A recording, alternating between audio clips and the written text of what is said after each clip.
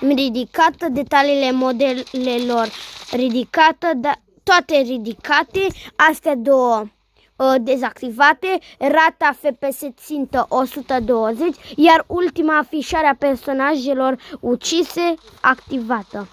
La controale, sensibilitate 0.40, sensibilitatea lunetei 0.40, accelerare 1.80,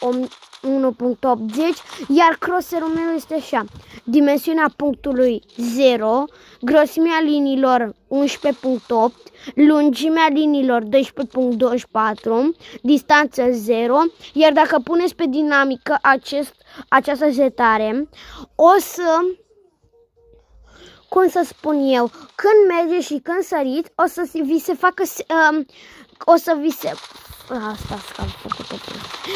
vi se facă crosserul cumva mai mare. Și nu prea ar fi ok. Iar la culoare vă recomand să puneți pe roșu, verde sau alb. Eu o păstrez pe roșu, că mi se pare cam cea mai eficientă. Iar astea sunt setările mele și o să vă mai arăt un match cum joc și după aia cred că trebuie să închid acest videoclip.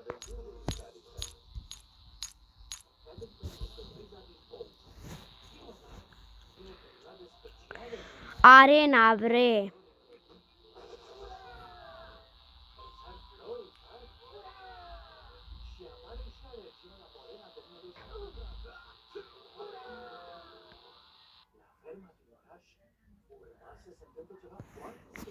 Nu, village. Eu mă bat la teroriști. Eu mereu joc cu Akash, cu Desert Eagle.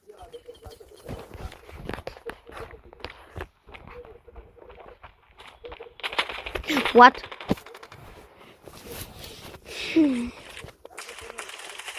What?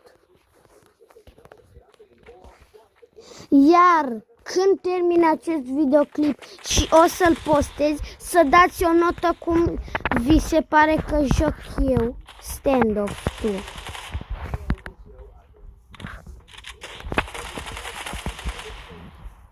Nu cred.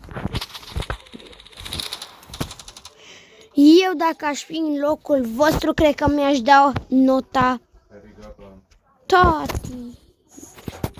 Trebuie să închid.